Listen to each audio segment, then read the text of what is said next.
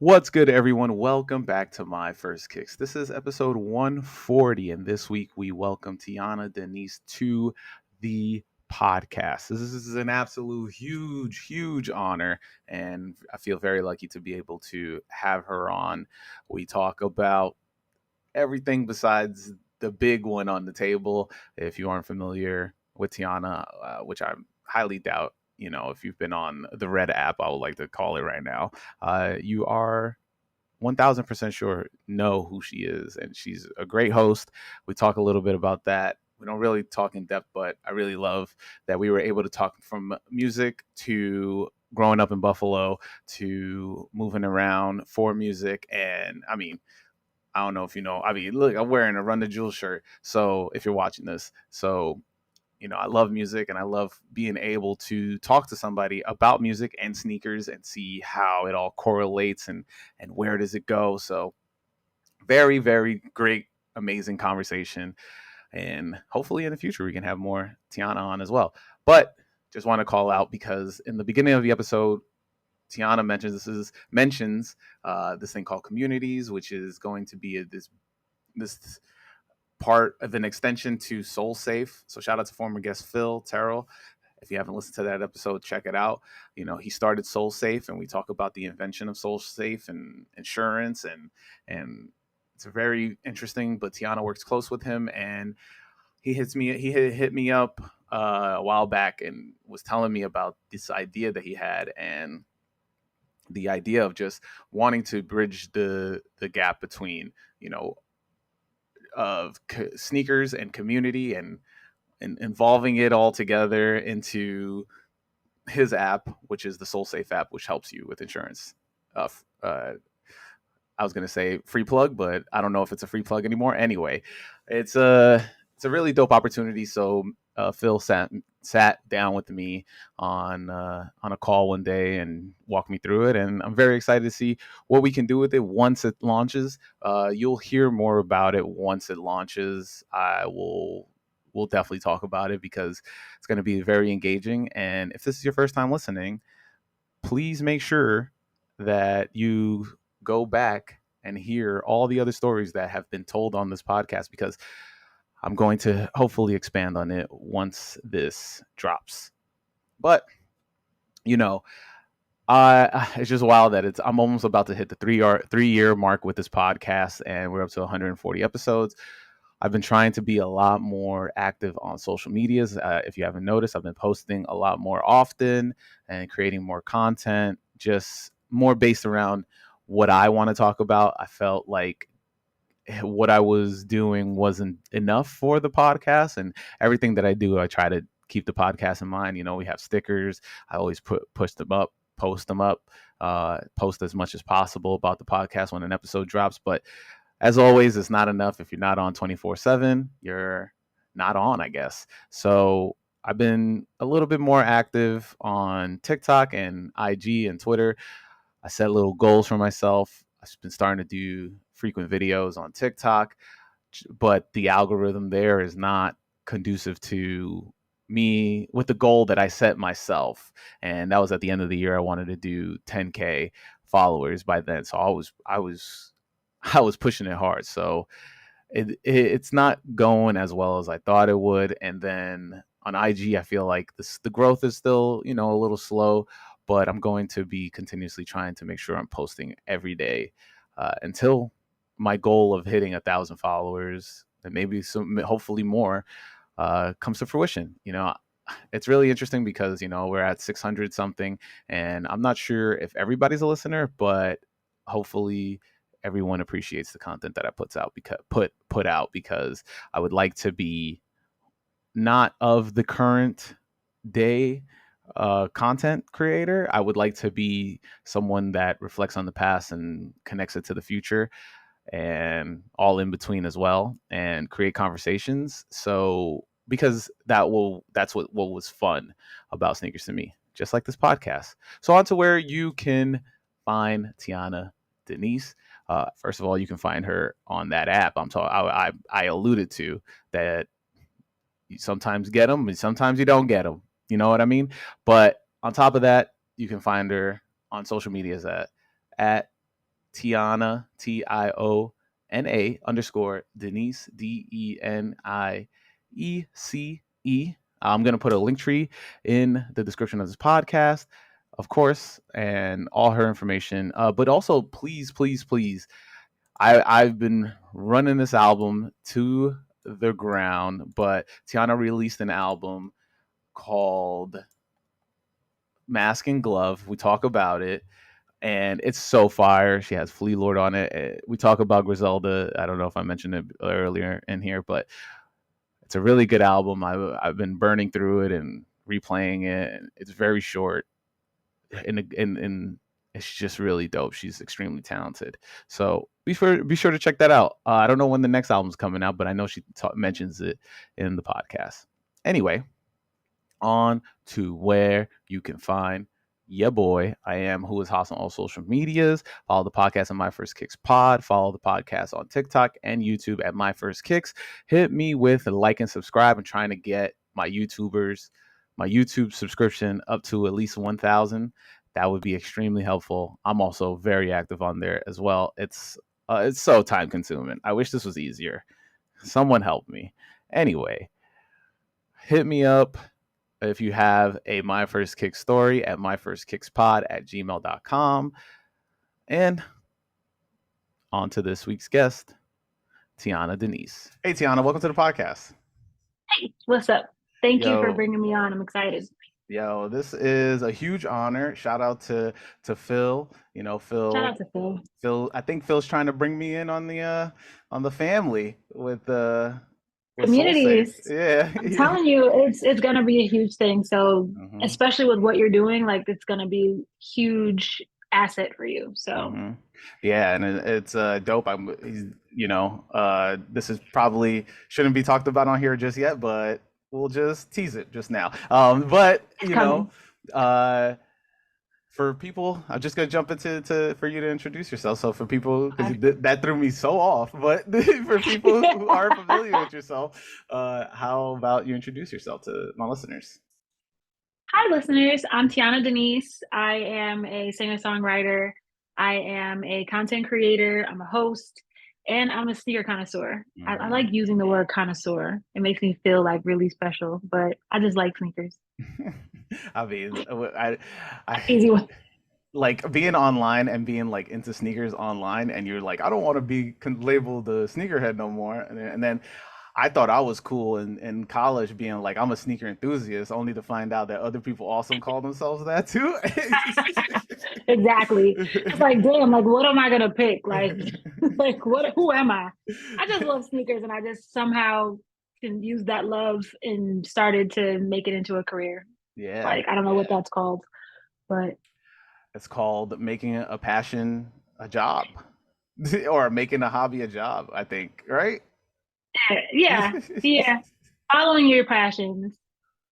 Yeah. I was listening to another podcast before we hopped on here, and it was just a skateboarding podcast, and so they were talking about I don't know if you ever watched the X Games, like back in the day. So do you remember Sal? He's like one of the announcers. It's nope. the soonest you hear his voice, you'll be like, oh my god, it's because it's like a voice of the generation. Oh, okay, gotcha. And so like he was talking about, like he was doing skateboarding as a hobby, and to turn it into an actual job, it was like his dad told him, like, if you really want to keep doing this for the rest of your life, you should just turn it into a job, and then you just don't, you're not working it. And I took that with me. I was like, yep, this is it. This is why I'm doing this podcast. Like, I want to make sneakers a thing, Yeah. And it's just wild. Yeah. So you're here to answer the question that I ask everybody each week, and that question is, what's your first kicks? What's that first pair of sneakers you absolutely needed to have? Honestly, okay, so the very first pair of sneakers that I had to have was my Air Max 97s. And I actually want to extend that into the Tuned Air, which is now called the Air Max Plus. So let's start with Air Max 97. So I grew up playing basketball and playing sports, and I was a huge tomboy. Probably still am to this day, whatever. And I wanted to get a shoe that wouldn't make my foot look so big. Because, basketball sneakers are just clunky. So I'm at my best friend's house and we're flipping through East Bay magazine, like listening to like music and all this other stuff. And I'm telling her I need to get a slimmer fitting shoe to make my foot look smaller because I think that's why guys don't want to talk to me. Right. Anyway, so she's like, well, why don't you try like running sneakers or something? Like, why don't you try that? That should make your foot look smaller. And I'm like, oh yeah, that's true. So we're flipping through the mag and I'm like, Uh-huh. yo, I think I'm gonna get a pair of Air Max. I think that's gonna be the thing that's gonna give me all the guys. Uh-huh. So it didn't work. It did make my foot smaller though. It made it slimmer, but it did not work. Guys still did not want to talk to me. I was brokenhearted, but it jump started my love for Air Max, and the Air Max Plus or the Air Max Tuned Air was Mhm. another shoe when I was working at Foot Locker. I was working at Foot Locker when it debuted, and I was like, "Damn, this shoe is like cool looking, right?" It had like the fish gill going across the side of it. The silhouette Mhm. was just fire, and I was like, "I need this shoe in my collection. Like, I need this shoe in my closet. Like, there's so much I could do with it." And then, of course, working for Foot Locker, they send you all the information about the shoe, so then Mhm. you learn about the tuned air that's supposed to be tuned to your foot as you're running. And I'm like, I'm not running in these shits, but I'm gonna wear them.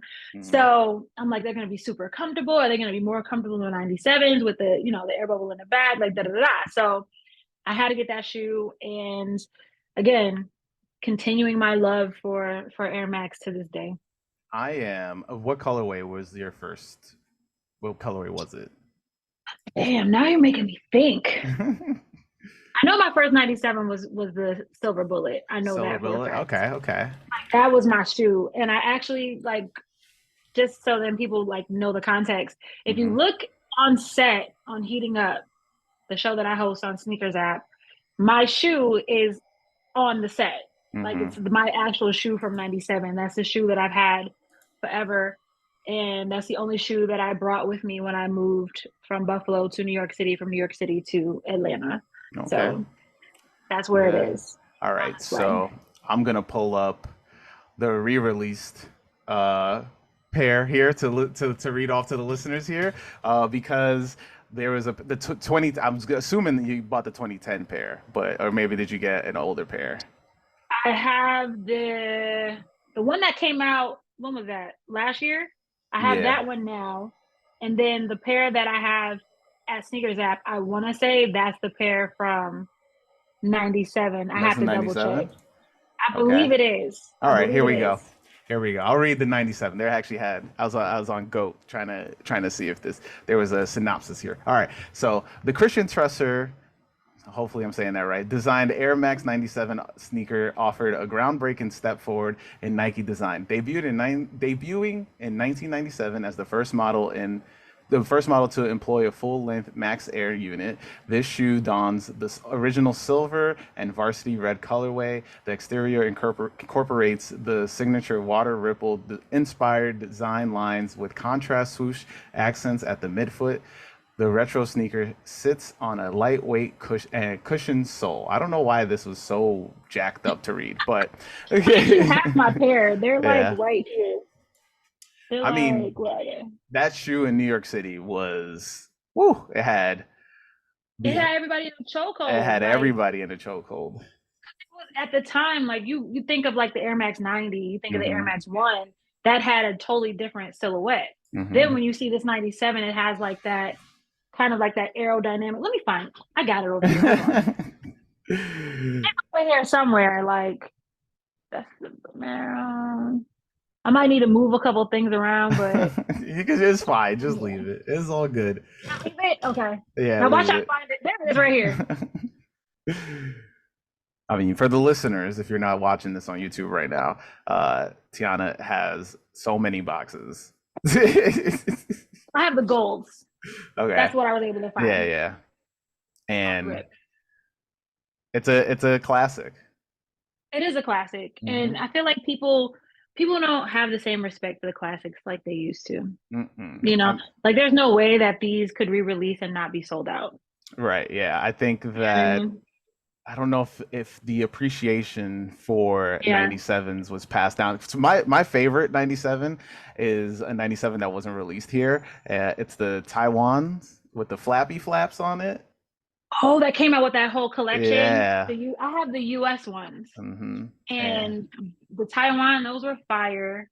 I got the US ones because I have a love for camo. And they're in one of these closets. But I also liked was it the Taiwan that were like that blue that had Yeah, like that blue and it with the looked like they were in flaps. water? Yeah. That was such a pretty shoe. That Such was a a good really, shoe. really pretty I shoe. Yeah. I went to District 1, I think 2 months ago or something like that, and there was like a District size One. 12 and I'm a size 13 and I was looking at it and I'm like, Can I maybe. make this work?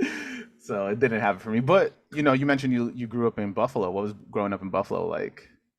I mean, Buffalo is Buffalo. Like it's kind of hard to explain unless you've been there. Like Hmm. everybody, ever since like before Griselda hit the map, right? Everybody used to be like, "Oh, Buffalo is country. Y'all tip cows. Like y'all are country. Like you don't have nothing. Like you guys are corny. Like whatever, da Hmm. da da."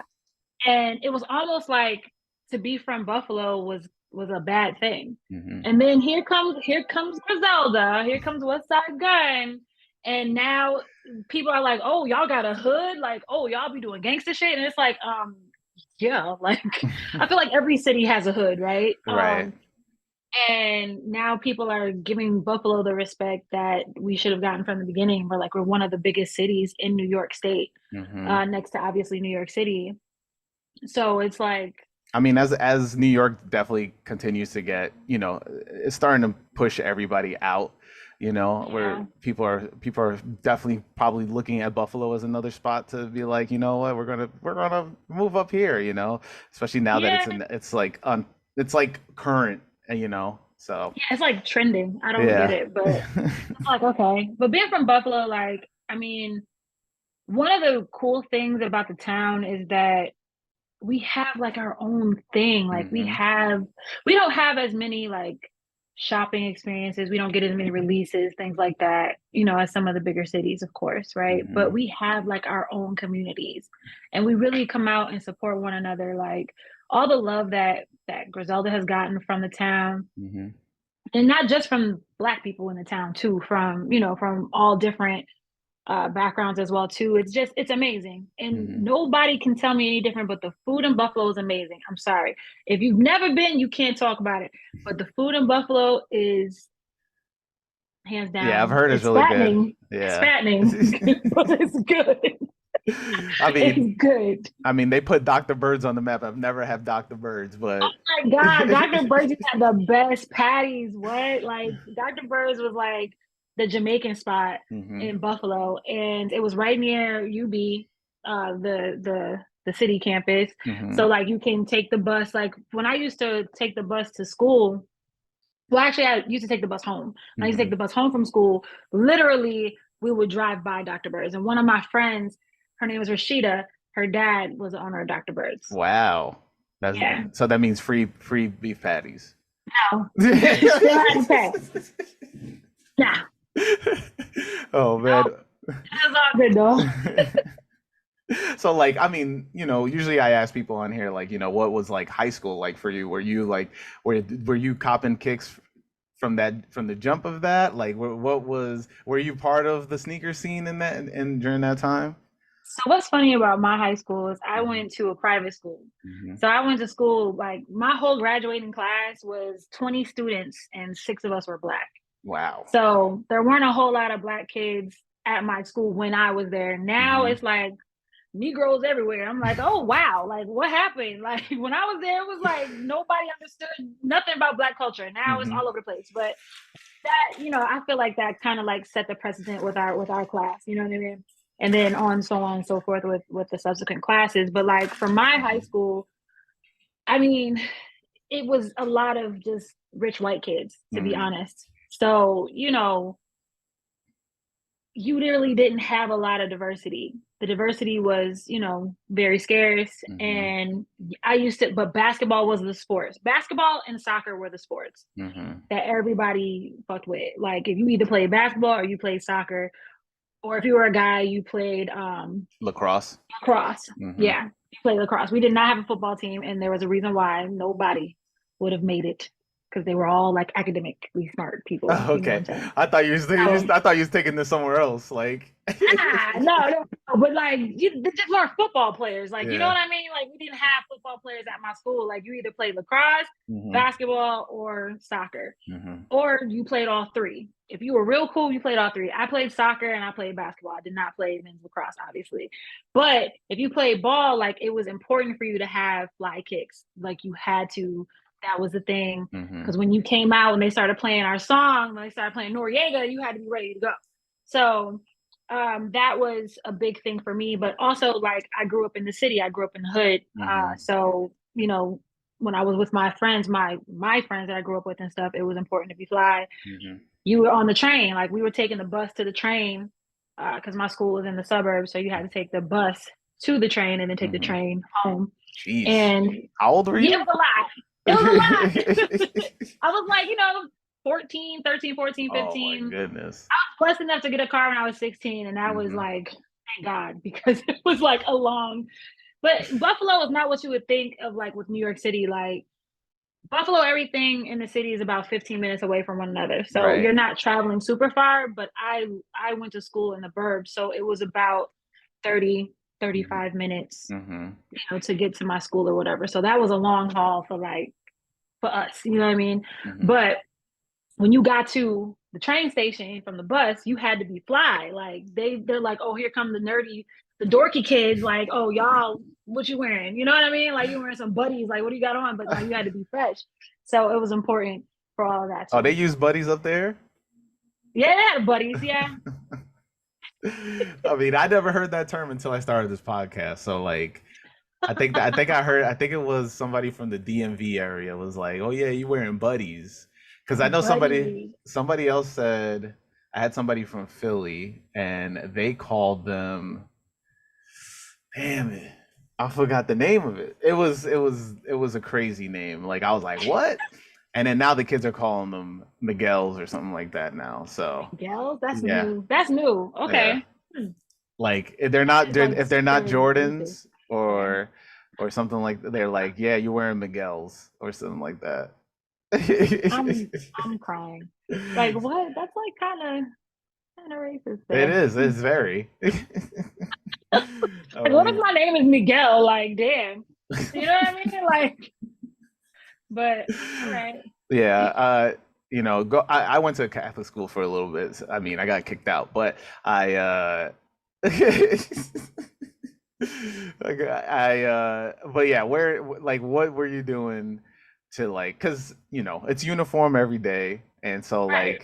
the were you the kid that was like, "Oh, I'm switching it up as much as possible," or were you fortunate were you fortunate enough to be able to be that kid, or were you just like, this is the one, I'm gonna just, I got my play shoes, I'm gonna switch it out, you know? Well, we didn't have to wear uniforms. That was one of the cool things Oh, about okay. my school. Like, we didn't have to wear uniforms. Like, some of the other private school kids, they had to wear uniforms. We didn't have to, so I could wear whatever I wanted. But my parents were whack. I'm not even gonna lie. I'll tell them to their face, because they would be like, "You're gonna wear." Like, I used to dress like I was older, like an older person. Yeah. So like, all the cool girls got to wear shit from like Express Mm-hmm. and like, Forever 21, all the cool places. My parents were like, "Nah, we ain't got no credit card there. You ain't going there. You got to go to Macy's." And at the time, it was called Kaufman's, and Mm-hmm. then later on, it became Macy's. But like, I couldn't even go to like the cool girl section in Kaufman's. I was in like the young ladies, the old lady section, Yeah. wearing cardigans and shit at like 14. Like, it was terrible. But I was able to get at least two pairs of sneakers. I got a pair to hoop in, and I got a pair for the year. And Mm-hmm. then when I started working, I was able to get my own pair. Or like, when I call her my cousin mom because she's like a second mom to me. Mm-hmm. But when my cousin mom would come in, she'd be like, "Oh, I'm gonna buy you something. Buy me some sneakers or buy me some books. Like, whatever you want. Like, how about both?" And that's how I was able to kind of like finesse a little bit until I got a job. But like, yeah, it was you get two pairs of sneakers and that's it. A pair to hoop in, Uh-huh. and you get a pair to wear. So, and What then was your hoop shoes? my hoop shoes are right here, my pennies. Those are Okay. my favorites. Like, I hooped in the pennies and I hooped in my Lady Jordans. Okay. Those are the two. Now everybody knows how old I am, but like, those were the shoes that you know, I used to move Everybody's in. flipping through the East Bay magazines I like. did. Jesus, oh, fuck. Oh man. What was your first job? What was that first job you were talking about? Lady Foot Locker. Oh Lady Foot yeah, Locker is my first job. Yep. Lady What's Foot crazy Locker, is, man. Lady Foot Locker's a yo, throwback. throwback for real. Like, there's no such thing as Lady Foot Locker anymore. It is Not now even a Foot kid's Locker. Foot Locker. Like they were just Some like. of them have kids Foot Locker. Mm-hmm, Like, the mall out here in Atlanta, they have a kids Foot Locker, but they're far and few between. There's definitely not any more Lady Foot Lockers. But mm-mm. when I was 16, my parents were like, "You need a job. We're not buying you shit anymore." And I was like, "Well, I'm gonna work here at Lady Foot Locker." And what's cool is, like, on the weekends, me and my parents would go to the mall. Mm-hmm. That was fun for me. See, that they started my shopping addiction, so it's their fault. But anyway, we would go to the mall, and I became cool with the manager over at Lady Foot Locker. Mm-hmm. Every time I would go in there, I would, my parents would talk to the manager, and I would talk to them, and the lady was like, "When you turn 16, come see me. I want to give you a job because your parents are great. You seem like a good kid. Like, I want you to work for me." Listen, the day I turned 16, I walked in the mall. I was like, I forgot her name. Maybe it was Laura. Let's call her Laura. I was like, Well, "Laura, I'm 16 today. When you want to go for a meeting? Like, when you want to interview me?" And she was like, "Let's do it this week." And I'm like, "Bet." I was ready. I had on my khakis. I was mm-hmm. ready. I had on my K-Swiss. I was like, let's go. Let's do it. She gave me the job, and I started working there. And then I got my best friend to work there, and it was lit. Like, I became like a key holder at one point, like right before I started college. Mm-hmm. And like, I was a lifer, clearly.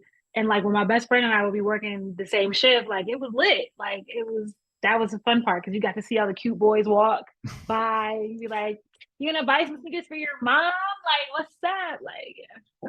So, yeah. Oh my god, you're definitely running game. I had Oh, Kiki for on. sure. Kiki Oh, for Kiki sure. Kiki talked about how she would. She had the scheme of how to sell the like the sprays and the socks and stuff like that. Extra add on. Freaking extra stuff that they made you sell. Yeah. God. She was always like, yo, if you buy, buy these with the sneakers, I'll give you my number after, and then she I'm would crying. she would run to the back and wait for them to leave, and then she'll come back out.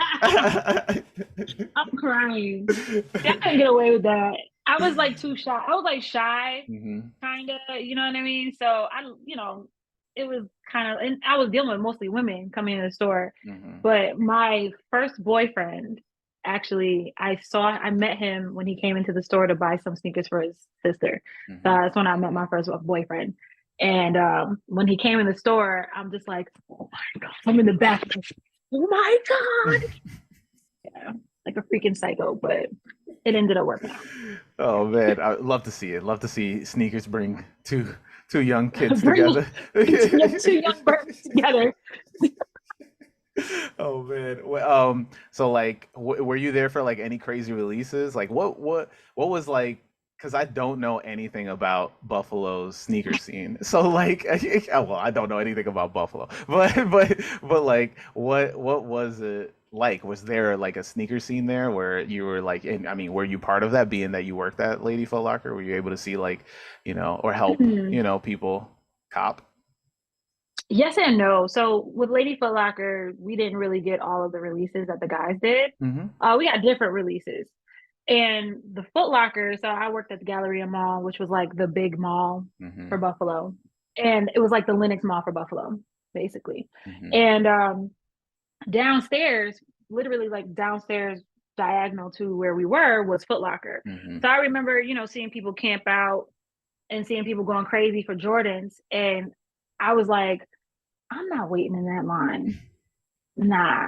Like, I'm not doing that.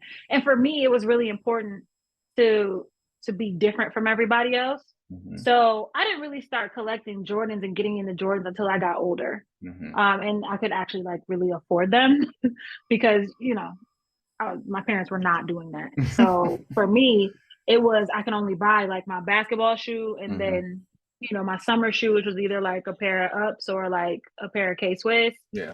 or both if I was, if I had a little extra cash or whatever. Mm-hmm. But as far as like J's and big, huge releases, I didn't really participate in that because for me, it was important to be different. Yeah. Like I didn't want to have the same shoes as everybody else. So I made it like a point not to jump into that. There was also this other sneaker store. The name I cannot remember for the life of me. It's been closed down for many years now, but like it was this one like family store. And you know they have some heat when you go in there. There's nothing but boxes everywhere, right? You Right. know Yeah. it's gonna be some heat in there, right? And that's where I would go, and like who's who of Buffalo would go and take a picture with the owner, and they'd put it on the wall, right? So I would go there every year to get my basketball sneakers because I knew he would have some heat. So like that's where I got my pennies from. Like that's where I forgot what else I got from out of there, but I used to get like a bunch of stuff from this guy in Buffalo, and you would see all of like the basketball players, like all the cool basketball players that like went on to play college ball and stuff, like the hometown heroes. All of them were like posted up with the owner taking pictures, and he was like, "Oh, you're gonna take a picture?" I remember my picture. I had on like this Fila freaking jacket that I used to wear all the time. Like that's when Fila was cool. Now people be dissing Fila, but I used to go in there and be like, "That's me right there. I'm famous." Like I don't know. No, I mean, you gotta have your neighborhood celebrities. You were one of these neighborhood celebrities. In my mind, probably, but like I wouldn't say I was like unknown. Like Yeah. people kind of knew who I was just from being around, just from going to parties, and like again, Buffalo is big, but Buffalo is also really small. So especially when you're talking like like the crowds of Black kids and minorities, like it's kind of small. So if you know a couple of people, like you can be somewhat known. You know what I mean? So I'm not gonna say I was like I come home and like they roll the red carpet out for a player. Like no, but They I should. had. They should. I mean, maybe now I'm playing. Nah, I wouldn't even want anybody to do that for real. Like, please don't. Like, just get me a pizza. Thanks. That's all I did. Just give me a pizza from Lenovo's. Like I'm cool. Oh, I've never heard of that spot, and I'm a pizza snob, so I'm gonna have to try it. What? Yeah. Listen, okay, but let's do this. Yeah. The next time you think about coming to Buffalo, let me know. I will take you to the spots. You got to go to Jim's Steakout. Okay. You got to go to Lenova's, and you got to go to Bocce's because my other favorite pizza place has closed down. So Bocce's is like comparable, right? So, but you got to go to Lenova's and you got to get the pit barbecue wings. Oh my That God. sounds mad good. They're insane. They're insane. Now I want to go home. Now I want to get some food. And you gotta go and get a hot dog. Like you know how like in New York you get a glizzy, right? And it's like in boiled dirty water. Like we don't do that in Buffalo. It I is like a good boiled. I like a good dirty water dog. It has a moment. However, you have not had a hot dog. You have not had a glizzy until you've gotten one from Buffalo, from either Ted's or from Louis. You have not had one. They are hands down the best glizzy you'll ever have. I mean, I'm gonna I have to took one try of it. my friends from Harlem. I took one of my really close friends from Harlem to Buffalo. He was like, "Yo, what? What is this?" I took him to Ted's. He was like, "Yo, what? What?" I'm like, "Yeah, this ain't no boiled water, baby. This is some real shit." Man, I mean, let me know. We out because I've never been up there, and Say less. I think, I think the image in my head that's painted is definitely not what you're seeing. So I'm gonna be like, we going in the right what's area? going on? Like, what is this? Like, yes, we're going. That's it. Oh Say no man. more. We just gotta go before it gets cold. Yeah, exactly. Because Like, we just gotta go. it's the reason why OJ left. So There's a few reasons behind that, but yeah, it gets brick like no, real yeah. brick. So. So then, Mm-hmm. you finish your high school career and you're about to be a lifer. So like where did college what did college come into play? And like what did sneakers show its head there as well? Absolutely. So I wanted to go out of state for college, but I got more money from Canisius College, which is in Buffalo, and it's a private school. It's a Jesuit school, so it's not really Catholic, not really like Christian. It's the Society of Jesus. So I don't know. I don't really remember what that means, but that's the Getting school that that Jesus I money. went That's to what that college. meant. You getting that Jesus up in there? But I went to Canisius and I ended up staying in Buffalo, for 4 more years. But it ended up being a really great experience. And how sneakers came into play there was, again, I always had a job. So I used to work my first job in college because I ended up not working for Foot Locker anymore. And then I did a small job, a small time at Finish Line. And then at one point I was working 2 jobs. I was working at Finish Line and I was working at this store called Media Play, which was like where you could buy CDs and DVDs and stuff like that. And because I always wanted music, so I was like, oh, I'll work at a music store. Perfect, right? So I ended up leaving that, and I worked on campus at this thing called Paint Crew for the summer. So we would help paint the dorms and get them ready for the Oh, kids coming you back. had me hype. I'm Yo, thinking like it sounds like a safely. dope. It sounded like a dope thing. Like you'd be like, yeah, we No, just not at all. we just go put paint We classes just on. paint. Yeah, no, hell no. That shit was terrible. I quit. I quit like after 1 month. I was like, yo, this is not for me. I was like, put me in something else. Pick somebody else because this is not it. I was like, I realized at a young age that manual labor is not in my ministry. No. So I quit there and I started working in the sports office. And I was doing that. And then I also started working, at a bank and like a call center. So I had a couple of dollars. So I would spend my money and go buy New Balances. So Oh, how'd I you get had into like, New Balances? I have no idea. So there was this one store, this random store in a suburb. I cannot think of the name of it to save my life right now. But they would have different sneakers. They didn't have just Nike. They had a lot of New Balances, Asics, things like that. Because of course, like out in that part of the suburbs, there were a lot of white people that were runners and stuff like that. Not a whole lot of hood shit. You know what I mean? And of course, I'm still on my whole, like, I don't want to have the same thing as everybody else. I want some different shit. Yeah. So that's where I would go to buy my sneakers. So I would go out there and I would get like some New Balances or like, I think I might have had a couple pair of Asics at the time. Like I got like, my Grant Hills and, like shit like that. Like I wanted stuff that not Patent leather? everybody had. The ones with the patent leather On the outside? the triangle. Yeah, those were my Yeah. shit. In high school, like my favorite number was 33 because that was Grant Hill and my last name is Hill. So it was like I had to have, it only made sense. So it was really important for me to not look like everybody else. And it was so funny because all of my friends, I still have my friends from Buffalo, of course, but I had a lot of friends from New York City that went to my school and they were all like, yo, you sure you from Buffalo? Because you don't dress like, I'm like, listen. I don't want to be like everybody else. I want to be different. Like I don't want, and it's kind of hard to do because Buffalo's not a huge city. But my cousin mom lived in New York City. So I used to go back and forth there with her. And that's where I used to get fly. I used to buy my clothes from out there and then come back to Buffalo. Hit up the Jimmy Jazz and be like, right, hit up Jimmy Jazz. I'd be on 2 Fifth, like, what's up? Like, yeah. So that was big for me. Yeah. You know what I mean? I would go down to oh my God. I was just over there. Nah. No. But back then VIM was all right. Like I used to go down and get my leather jackets and come back.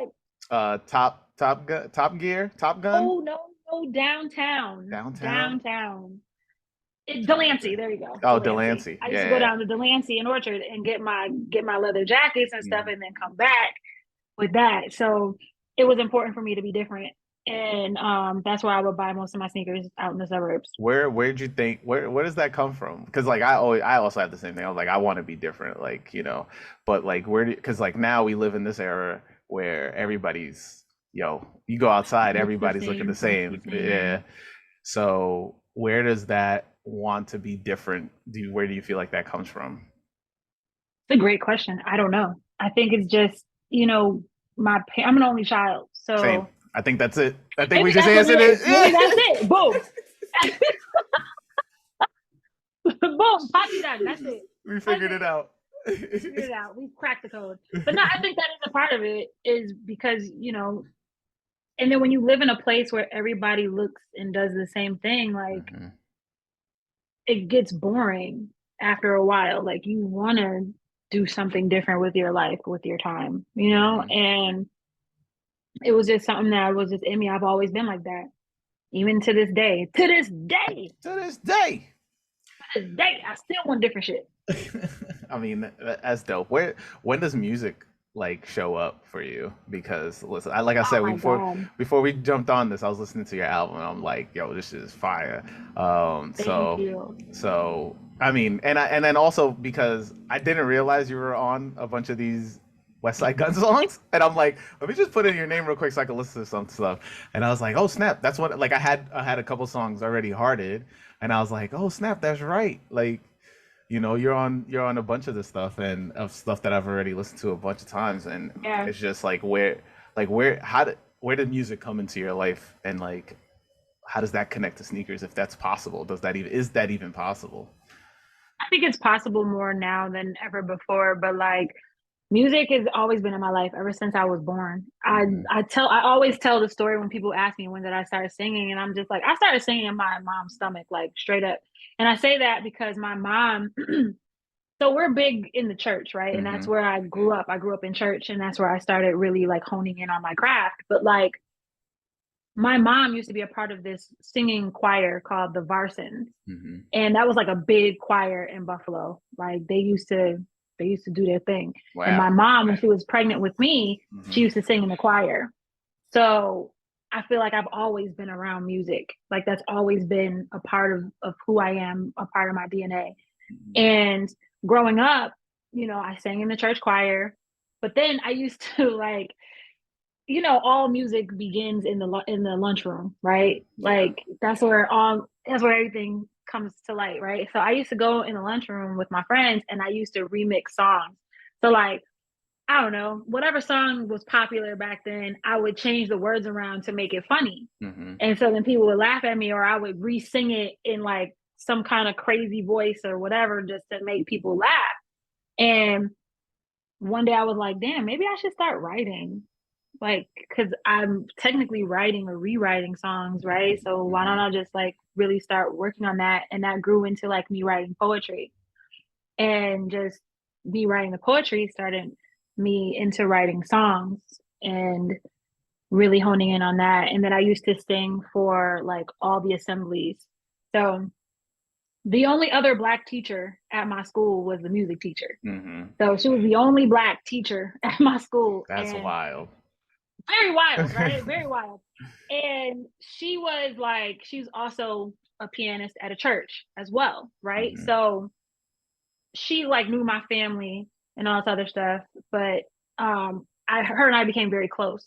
So I used to sing for every assembly growing up. I think it started like before I even hit high school. I was singing for the assemblies. I sang for my graduation. And when I hit college, I sang the national anthem for our games, and I would sing in performances, like different talent shows and things like that. And I did this one. We used to have this community, what's that thing called? Where they do plays and stuff.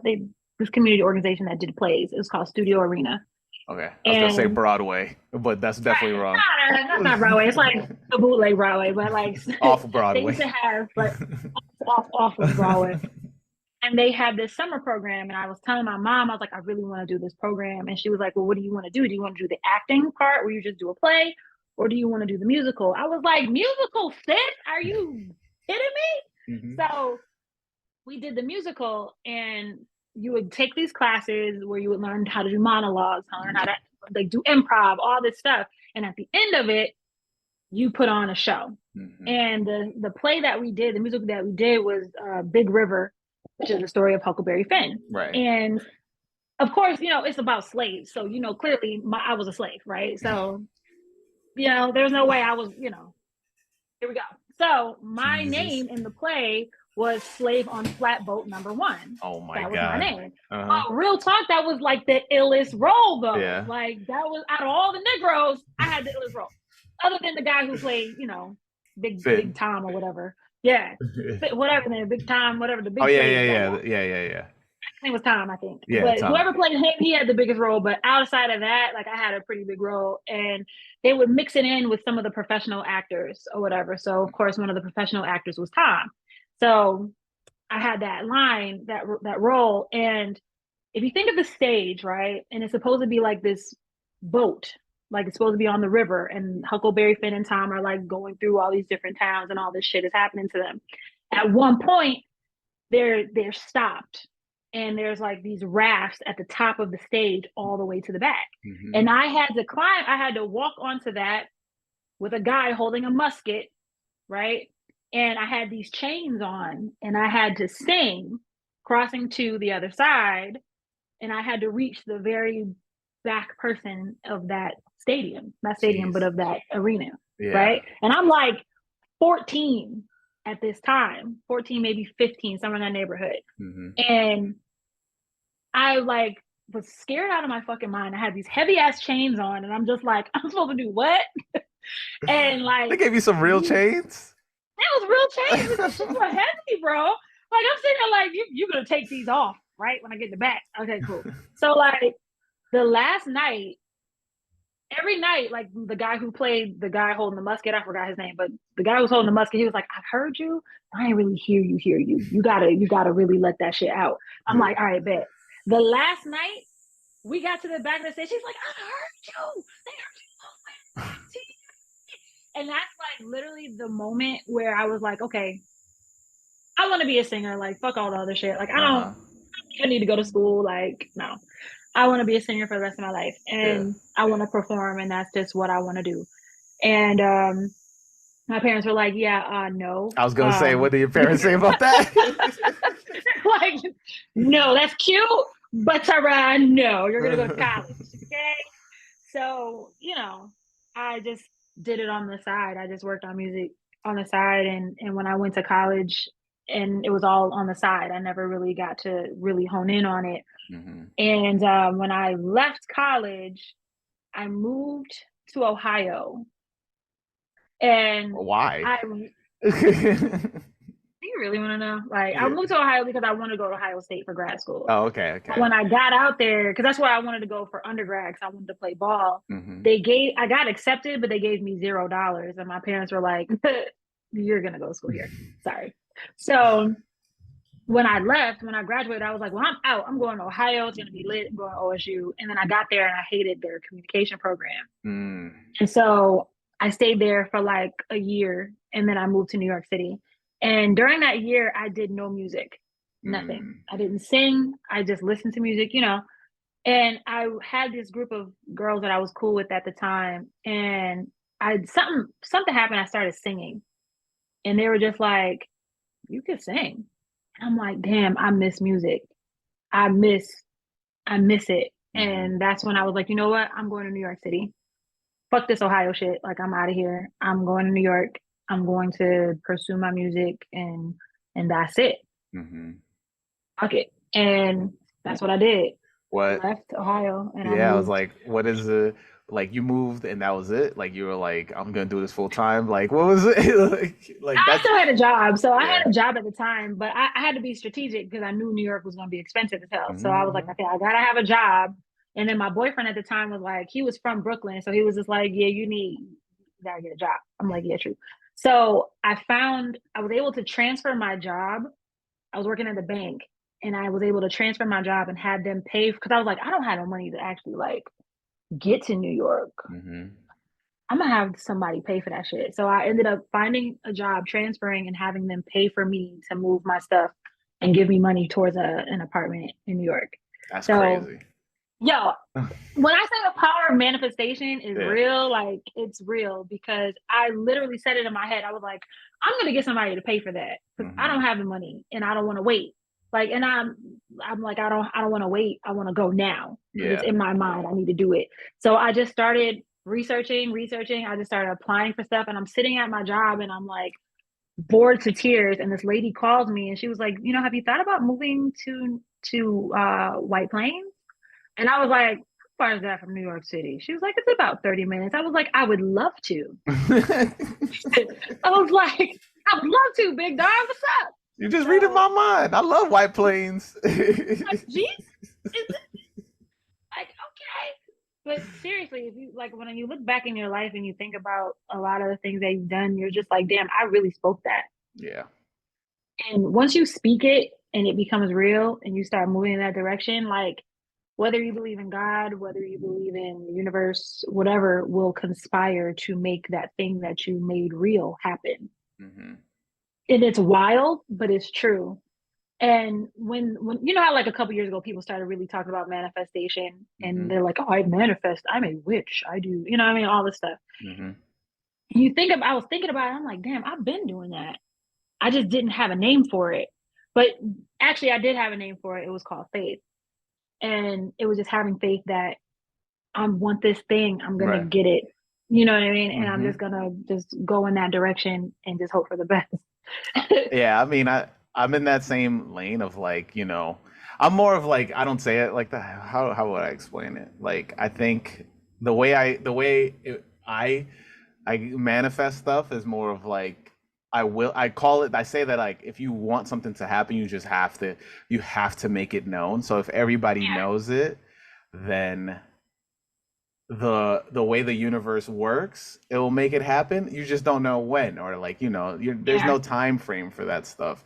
yeah, But if you want it bad enough and you talk about it like all the time, it will come to fruition. And I think a lot of people don't understand that because like I've I've even had like full conversations with my friends, and I'm just like, why didn't you tell me that you've been doing this for like 3 years now? And it's mm, like I have friends that have he's like he's been doing like music and stuff like that. And I'm like, you should have told me for like the past like 3 years that you've been working on yeah. this, and then I so that I can talk about it to other people, and then like I don't understand why people hold stuff to close to vest. Like, and it's not even gatekeeping. I think it's It's everybody. fear.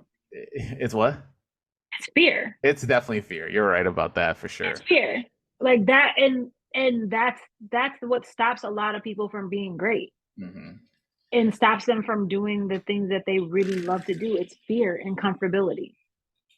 Like it's comfortable to be in your house recording music for yourself. That's Hmm. comfortable. You don't have to listen to the ridicule of other people saying like, "Yo, you suck." Like, "Oh, why do you use that word?" Like, "Oh, that beat is trash." Like, you don't have to hear any of that shit.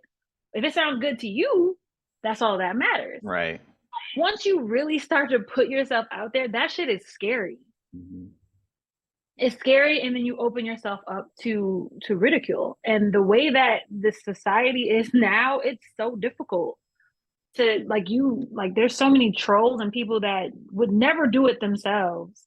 Like I will tell you an example. Like when I started doing the show Hmm. on Sneakers app, like so many people were like, "Oh man," she said, like not necessarily me, but like one of my co-hosts. "Oh, she says like too much, or they laugh too much, or oh, this is too much. Like they're not funny, or whatever the case is." And it's just like, bro, it's not easy doing this. Right. Like, not you, everybody has an opinion that nobody asked for, number one, but everybody has an opinion until they're put on that spot. And then Hmm. when they are put on the spot, they either fold or they rise to the occasion. And a lot of times people fold because they're just not ready for it. Hmm. So it's hard. I really say like fear and discomfortability are the two things that like hold people back because it's criticism is a lot.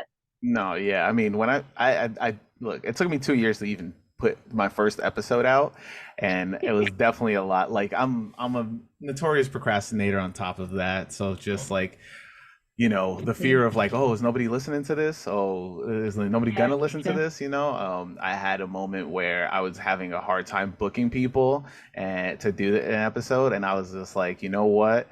Like I should just move at my own pace. If I try to like force things that don't exist right now, then it's Yeah. not going to be successful. And Yeah. so, you know, what one thing I learned like working corporate jobs is you have to set yourself up for success. And if you like, it doesn't matter anybody else's opinion of your work or what you're doing or how long it takes you or all that stuff. But if you know that at the end of the day, whatever you're doing and whatever you're putting your efforts to is going to be a success because you set all the parameters around yourself to make it a success, like it's gonna be successful. You just got to keep working Keep on it doing to it. yeah, and keep doing Yeah. it. So yeah. Consistency is key. Like if you look at all these people that have made it, I mean, even in sneakers, like if you look at all the people like that are fire on YouTube that are getting like millions of views and people like TJ, like Talks with TJ or Hmm. like Kari, people like that, like the biggest thing is they were consistent. Hmm. And Because that again will stop people every time because yeah. it's hard to be consistent, especially when shit doesn't go your way. Like when things don't go your way or it gets difficult or you run out of content to think about or talk about or whatever, or you're just burnt out. Like it's hard to stay consistent. Hmm. But if you can stay consistent, you'll start to see things happen. No, yeah. What was your time like in New York though? It was lit. I loved it. I loved it. And why'd you I move? loved being in New York, right? I loved it. I absolutely loved it. I loved it Mm. because I was close to home. I could go back to Buffalo if I needed to. I can catch an hour flight and be home. And at the time, like I could catch cheaper flights now, but back then, like I could get cheap flights. I can go home when I needed to. Um, I mean, New York was just it was just the place, man. Like I loved every minute being in New York City. Like I really, really did. And I miss it. I miss being there all the time. Hmm. Like I'm lucky enough where I go back and forth a lot. But I always say like Buffalo, like I was born and raised in Buffalo, but New York City like made me Tiona Deniece. Hmm. That's what made me Tiona Deniece. And Atlanta has cultivated it. You know what I mean? So all three of these, when people say where are you from, I'm like, really? All three, because all three are like so instrumental in creating me Yeah. and creating like who I have become, right? Like New York City was like it was hard, but I loved New York. Like it was great. I had a great time. Like I met some amazing friends. I had some great relationships, like, romantic relationships, whatever. Like it was just I loved every minute of it. I started really cultivating my music at that time. Like I was still like buying sneakers and things like that, but I Hmm. also became I stepped more into like my femininity, right? So I bought my first purse. Like I didn't buy a Was purse that till I was like Telfair? 22. No. I forgot what it was. I think it was like an Aldo purse or some shit. Like it was horrible. I had that purse for years. Hmm. Cause until then, like before then, if it didn't fit in if it didn't fit in my pockets, it didn't go. Like Hmm. no, like lip gloss, wallet. I mean, lip gloss, ID, debit card. That's it. I would hold my phone in my hand. That's it. I still am like this to this day. That's terrible. But like that's what I started to like really get into clothes, like dressing, wanting to be girly, like dresses and Hmm. skirts and all that other stuff. I started to really get into it. Started to really get into like shoes and heels and boots and all that other stuff. Because before, like I just would buy sneakers. And if I had to wear something for church or for, occasions or whatever, my parents would buy that shit because I wasn't buying it. So you know what I'm saying? Like, I'm not buying that. No, Yeah. no. I need money for shoes, for sneakers. Thank you.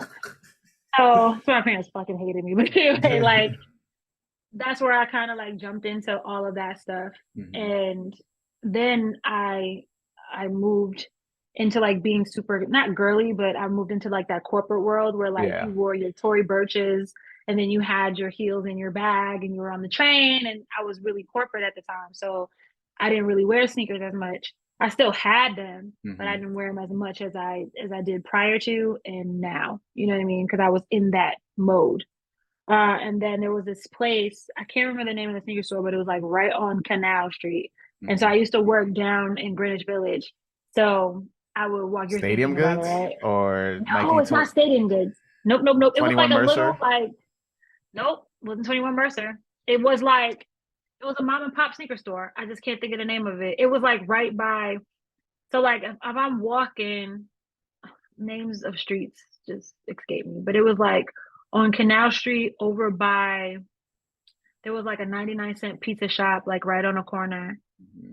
and right across from there was like a music hall where they would have like shows or whatever. and the train was like right over there. The 2 and the 3 was like Oh, the right two over and the there. three. Okay. I'm walking in my head right now. And like you see it, but I just I'm can't think of trying the to name of think. it. A Sneaker small store was shop. like right. It was like a little sneaker store, like It's right there, and I interesting. cannot think of the name of it. I It's used to like buy if he I was, think I know you're talking. No, you know it what I'm wasn't talking about? the. I know there was a Because he sneaker had clothes in store. there too. It was like it was kind of like a yellow rat bastard. I don't. It's like a David Z's or something like that. Might have been a David Z. It might have been David Z Okay. because literally they had clothes and all the other stuff too. But like Mm, what he would do is like on Friday, he would put the shoes that were coming out on Saturday, he would put them out. So that's mm. when I would go because I would get them the day before. Not that I was like posting it or anything. I just wanted to be cool and have the day before. Anyway, so I would, because on Fridays I would walk into Soho and I would Hmm. take that way.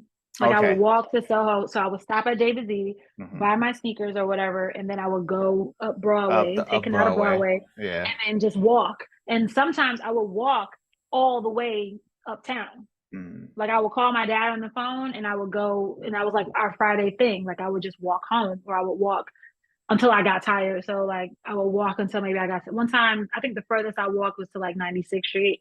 And then I was like, all right, I'm getting on the train. Like I'm 96th tired. Street got And them hills too. word. So I was like, yo, I'm getting on the one. I can't take this right now. Like It's take it uptown. wild. That's wild. That And that was I like mean my I used to do thing. that walk too. Like, so I used to hang out in Chinatown a lot because I used to play DDR a lot. So Okay. I I would go to the arcade over there in Chinatown Fair. Shout out to all my Chinatown Fair people. No, they Chinatown definitely don't Fair. listen to this podcast because they're all just nerds. So I would finish playing and then I used to live on the Upper East Side, so I would walk Okay, yeah, through. right there. Yeah, so I would walk through that spot, and then you pass your yellow rat bastards, your Uniqlo. Used to walk into Uniqlo, see if there was anything dope, and then you Right. do the Supreme loop, Supreme to clientele, and then after Yep. that, Blades. I used to hit Blades all the time. That's where I got Yo, remember when was it Kith that was over there that used to be like on in the back of Atrium. yes, I Yeah, remember yeah. when Kith was back there and I would go back there to buy my shit.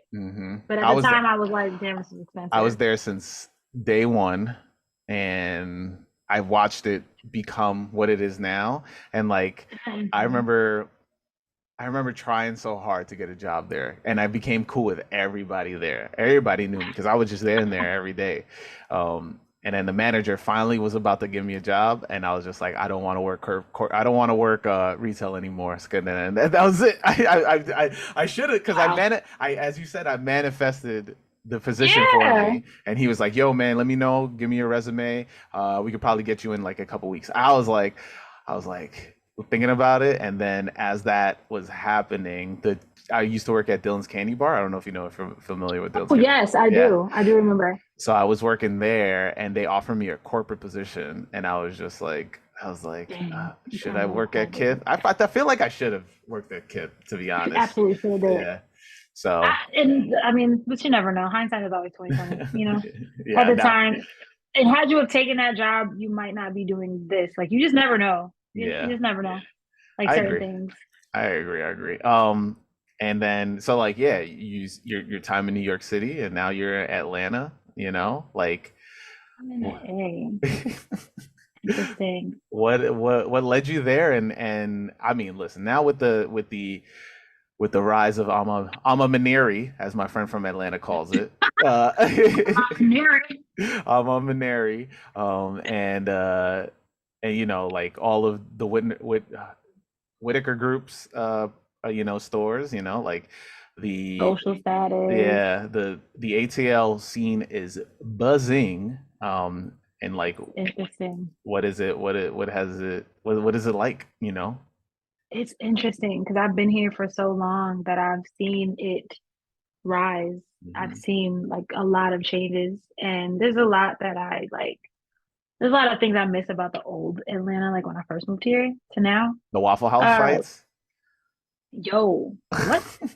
Like, what? Yo, they still wild out at Waffle House, I think, but I don't really go out like that anymore.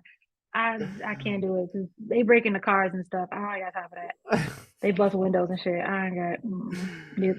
But moving to Atlanta, it was interesting how it happened because I moved here for music. Mm-hmm. And when I tell people this story, they're like, "Oh, you moved here for a guy?" And I was like, "If you want to call music a guy, then yeah, I moved out here for music." So I was in New York at this job, working for I was working for corporate in the banking world. Like it was Mm-hmm. cool. I didn't love it. I fell out of love. I fell out of love with, and I think I correlated falling like hating corporate America to like falling out of love with the city. Mm-hmm. And I was just like, I want something different. I think I want to try somewhere else. And at the time, I was always doing shows. Like I was always doing like little shows here and there. I was working with like some underground people and all this other stuff. So, Mm-hmm. but it never really popped, right? And my college roommate lived in Atlanta and she was like, yo, she had sent me a message on Facebook and she was just like, yo, I think you should come down to Atlanta and meet my baby daddy. And I was Mm-hmm. like, wow, what's up? She was like, he does something with music, girl. I don't know, but you need to come down here and meet him. So I ended up getting his information from her and we ended up talking about music. And he's like, I want to do a show for you here in Atlanta, show you what the vibe is like down here. I think you could really do something out here with singing. And I'm just like, all right, fuck it. So I came out there, I did the show. It was fire. We had like a really great time, a really decent turnout for nobody knowing who the hell I was. I was Mm-hmm. like, damn, okay. So I was like, maybe this Atlanta thing might be cool. And then I met my manager at the time, and he was like really adamant about moving to Atlanta. He was like, you need to come out here. I can do a lot of things. I'm working on this deal, selling me, the dream. And I'm just like, I'm sitting at my job and I was just like, you know what? Fuck it. Yeah. Put in my 2 weeks. Put in my 2 weeks. Took all my money out of my 401k. I packed up my car and I left. Moved down to Atlanta. I was Mm-hmm. like, fuck it. And when I moved down to Atlanta, all hell broke loose. Like literally all hell broke loose. Like I had no job. I was living in my college roommate's basement because she had like a mother-in-law suite, as they call it. So it Mm-hmm. had like a separate entrance, bedroom, shower, all that shit. So I'm living down there. You know what I mean? I had no money. And I started like I was doing photography and things like before I left New York. Mm-hmm. So I ended up meeting this guy on Craigslist that did club photography. So I started working at the clubs, taking pictures Oh, and printing them out. A Craigslist deal that actually worked out. Like, Yeah, Craigslist used to be lit for me. I used to find all kinds of cool shit on Craigslist. This is before people started getting killed and shit. So, hey, I guess after me, niggas started dying, but before then, it was cool. But so I met this guy, and he was also from New York, and I just started working with him at the clubs, and I was working in like the hood, right? I mm-hmm. was working at this one club, and I'm this New York chick living out here, and I didn't understand a word people were saying, and I felt bad because I'm like, can you repeat that? Because not only am I in the club and it's loud, but these people have these heavy accents, and I'm not Yeah. used to that. So I was like, what? Huh? And I felt so bad, but that's like got my first taste of like Atlanta life. You know what I mean? And me and the guy, like I started making money. Like I started making really good money doing pictures. And then I was like, doing some like, oh, my back. Okay. My light came on. I'll go grab my charger in a second. But Uh-huh. like started doing that shit. Me and the guy got into it because I was making too much money. He didn't like it. And I started working at this other club on Old Natty. That shit was even worse than where I was before. Like I was like, oh Natty. I didn't know what Old Natty was Yeah. until I started working over there, and everybody was like, "You working Old Nat? Like, yo, you got a gun?" I'm like, "Whoa, what? This wow!" But it was fun, but it was like literally when I said all hell broke loose, like it was a rough time. Like Atlanta, my first couple of years here was super duper rough. It was fun, but I lost a lot. My father died around that time, Mm. like when I first moved out here. I couldn't find a job to save my life. Like it was just really, really tough. But I had so many great moments, like going to Mississippi, going to Alabama to do shows. And, of course, I had my sneakers because what Mm-hmm. I would do is I would work Friday night to Saturday night. So Friday night, I would take the money that I would make taking pictures and I would go buy sneakers on Saturday morning. Mm. And then I would wear the sneakers Saturday night so I could look dope at the club so then I can get them to buy more pictures. And that was like my life, right? For a while. And then we started doing like we did a couple of shows at that time, but it was a tough time. But in that time period, I reconnected with Wes. And that's when things kind of like that was at the beginning of the Griselda reign. And we did a song called Never Coming Home. And it was crazy how it happened because he had posted on Facebook that he was looking for a singer. And my college roommate, all three of us, well, me, Wes, my college roommate, and Keisha Plum, we all went to the same grammar school together. Oh, wow. Okay. So, but we were all kind of in different classes, but we all knew each other, right? So my college roommate goes on a crazy like tag spamming speed. She's like, Tiona Deniece, you know her, you need to get her to do it. Tiona. And I'm looking at it like, damn. So I just hearted it like, all right. And so he sends me a DM and he was like, T, was good. Like, pull up to the studio if you with it. And I was like, let's do it. So I pull up to the studio, we talking, and he's like, yo, you know, Keisha Plum, her real name, she's coming to the studio. I'm like, what? I hadn't seen her since we were in high school. So this is when Wes moved to Atlanta. So like it's all kismet right there, actually. It's all like it would all just kind of made sense, right? So we all reconnected, and we all worked on Hitler Wears Hermes too, and that's when we did Never Coming Home. And I remember me being in Buffalo visiting home and him calling me like, yo, we're on World Star. Like, I was like, what? And of course I wasn't in the video because I couldn't make it home in time to do it because I was dead ass broke. And so I couldn't get home to do the video because she shot the video in Buff. But he called me like, yo, we're on World Star. And I'm like, what? We're fucking famous, bro. Like, that's lit. And things just went like this for him. Like after that, like things just like went like this. Things went like this for me. But things like started really going like on the up for him. And I remember your star is rising. Your star is rising. You know what? Everybody has a path. Yeah. You know what I'm saying? And I had to realize that at that time, like my path is not going to be the same as anybody else's. And what's meant for me is meant for me. And you just gotta do you, and you can't worry about everything else. The only thing you worry about is how you handle shit and what you can control. How I knew shit was lit for him, I remember me and Keisha Plum drove to New York. 13 hours. Jesus, from Atlanta? From Atlanta, it's like 13 hours. But we drove out there because Wes had a show at Webster Hall. And we had to be there. Like we wanted to be there. And I remember him being like, all right, T, I'm gonna have you come out on stage and I'm gonna have you sing Fly God. And I'm like, all right, let's do it. And he's like, I'm gonna drop all the lights. And I was like, okay. He's like, it's gonna be one spotlight. I was like, bet. Wasn't no goddamn spotlight. They didn't have a spotlight. So nobody knew who I was, but it was cool. But when the lights came on and he came out, it was wall to wall people. Like it was insane. And I was like, wow. Like he really did it. Like he really did it. And just to be around that kind of like, I remember him and I having a conversation. He does not remember this, but I remember he and I having a conversation.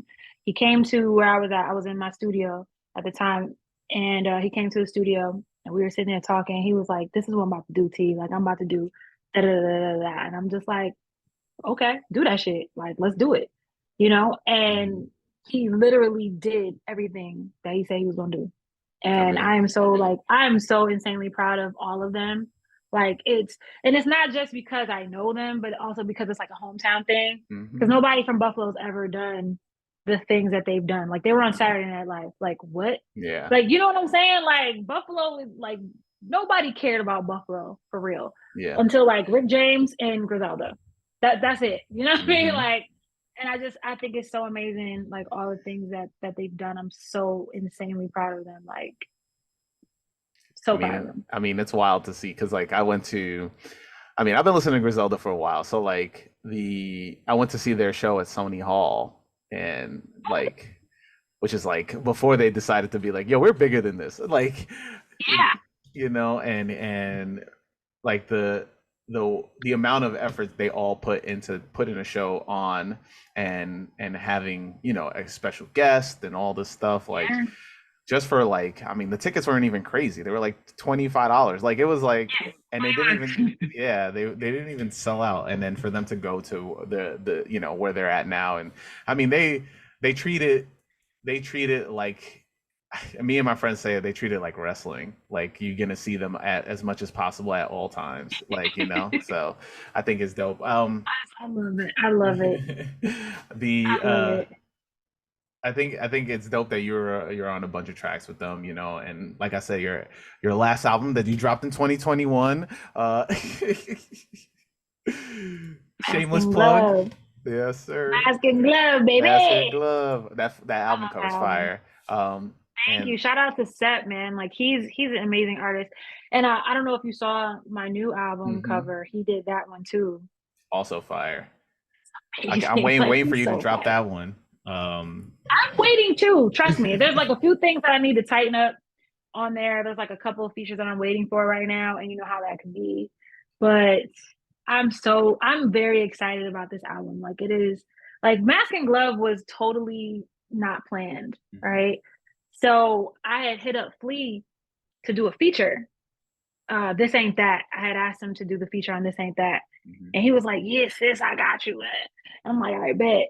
I And love then he sends it back. Flea Lord's. I love his Flea, man. story. His Yo, story. Flea, I love Flea. Like Yeah. he and I, he's like a day, his birthday is a day after mine. hmm So I'm like, oh, you my brother for real. Like, okay. So I love Flea. He's such a good person. Like, and he's just very genuine and he's all about family. And I love that. And he's very much like himself. He's very hmm much himself. Like who he is online is who he is in real life. And that nigga is funny as hell. Like Wes is funny as hell too, though. Like Wes is all of them are funny, but Wes is funny as hell. Like you gotta like if you're ever around him, he's funny as I hell. Like mean, you can see some of the I got tweets. my. You want my? Do you want to hear my one Westside Gun story? Absolutely, I'm ready for it. All right, so I go to go watch NXT, WWE, and I noticed that he's like in the row, that not the row, he's in the aisle, and so Mhm. I'm like, oh snap! So if he goes and steps out, he has to pass this way. I'm gonna say what up, right? So I tell my girl, you gonna have to wait for me real quick. So he's like leaving as he's like, you know, and I'm just like, yo, I just want to say what up, you know, like I've been listening to you for a while, whatever. As I'm going up, this dude steps in front of him, right? And he definitely does not remember this because he blacked out. He says that he told me as we are talking after. So this guy steps in front of him, right? And he's like, yo, you better watch where you going. He tells Westside Gun that, right? Oh shit. West goes, he goes, yo, you know who you talking to like this, and I go, yo, chill. Like I'm like I just jump in the middle and I push the guy to the side. I'm like, yo, you need to chill. And then his boy, I think it's his manager or somebody that he's rolling with, this white dude. He's like, yo. He like goes to West Side. He's like, yo, chill, chill, chill. And I go to the guy like, yo, you gotta move. Like you need to chill. You know, like you don't know who you're talking to. And then I turned to West. I was like, yo, you good? He goes, yeah, yeah. And then he like walks out, and I go out the opposite entrance, and I meet him around, and I go, he's like, yo, man. And I was just like, yo, I go, yo, that was wild. You were about to kill this guy. And he goes, yeah, I was like, he's like, yeah, I told him, you don't know who you're talking to. And I was like, No yeah, he clue. definitely did not know who he was talking to. That was the most craziest. Like it felt like I've never been so calm in a crazy situation, but I was like, let me save this guy. Like Because it's over for you, big dog. Like that's where you don't want to go. I promise you, you do not want to go there. Yo, I man. have so many funny ass stories with Wes. Like yo, if you ever are on his Twitter and the way he comes at people, it's like fucking It's hilarious. He told hilarious. some guy, what did he say? Oh damn, I even screenshotted it because the shit was so funny. He was just like, yo, maybe your manager might give you some people like so whatever he said, like just he be coming at people and the shit is hilarious. And I'm like, why do people still continue to say shit to this man? Like, do you not know you will get annihilated? Like, he does not care. It does No, not for real. matter. I mean, I don't know if Oh, did you see the Anthony Fantano interview with him? I Oh my might god. have. You like and There's he so asked him many. because he ends it with him asking him about the impersonation of people doing it on TikTok with the kid with the cat and he shows him the video and Westside was just like he was just like had no expression. He was just like, yeah, it's I mean, you know, they're not me though. Like and I was like, who would do this? Like, why would you do this? I really think he was like, what? I'm like, okay. Oh man. But Tiana, we're at the end of the podcast, towards the end of the podcast, and there's another question I do ask, but Okay. it deals with you visualizing this, right? So I want you to think about the time that you are when you were younger, you were about to open the box with the silver bullets in it. You know, you hyped up little T there. Now you're you now traveled back in time behind yourself. What would you tell your younger self as they open that box?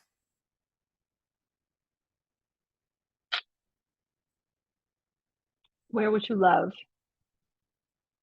and don't let anybody tell you that your dreams are not valid. Mm-hmm. Because literally, I never, and I'm about to tear up. Oh my God. I never thought that I would be able to do all the things that I'm doing now. Never thought. Mm-hmm. I honestly, I thought I was just going to be like, to be honest, I wanted to be a singer and that was it. I just so happened to love sneakers. And I went to school for communication Mm-hmm. and, I took classes on like hosting and interviewing and stuff like that. But I never thought that I would be interviewing the people that I've interviewed in my life. Like the people, like the women that were on my wall in my bedroom. Like I got to interview Cheryl Swoops. Like I got to interview Don Statley. Mm-hmm. Like that shit is insane to me. Like I never like being little T, I never thought that I would do those things. And I've got to be on stages with thousands of people watching me. Jay-Z heard my voice like that right there. If I die tomorrow, that's kind of lit. Like, like Jay-Z knows my voice sounds like he probably don't know my name. I would know my face if he saw it. If I was standing in, like sitting here with him right now, Mm-hmm. he would have no fucking clue. No, you But he never know. heard my He'd voice. probably be there like, hey, babe, you know. Right? He's like, hey, Pete, like you never, like you never know. But it wrote like really, really like he might not. But the fact that he's heard my voice, the fact that I've met some of my idols, like I never thought that I would be doing all the things that I'm doing now. Like I Mm-hmm. never thought that I would be literally hosting a show on one of my favorite brands in my entire life. Mm-hmm. Like I host a show at Nike. Like what? Like I never thought about that. I never thought that I would be able to bring music and sneakers, the two things that I love the most outside of obviously family and friends, Mm-hmm. together the way that I'm doing it now. So absolutely your dreams are valid and just keep being yourself and somebody gonna feel it at Mm-hmm. some point. You just have to be consistent. But yeah, it's just wild, man. Cool. Yeah, I mean, amazing. I love the journey that we went on with your career and who you are and Yeah, who we you. went on a We crazy went on a journey. journey. And thanks for jumping on. You know, a huge honor. Like I said, you know, I've been listening to you for a while and very always excited to see when your name is listed. And you know, shout Yeah. out to everybody listening to this. So you know what we say each week to everybody listening: wear your kicks. Wear Peace. your kicks, yes.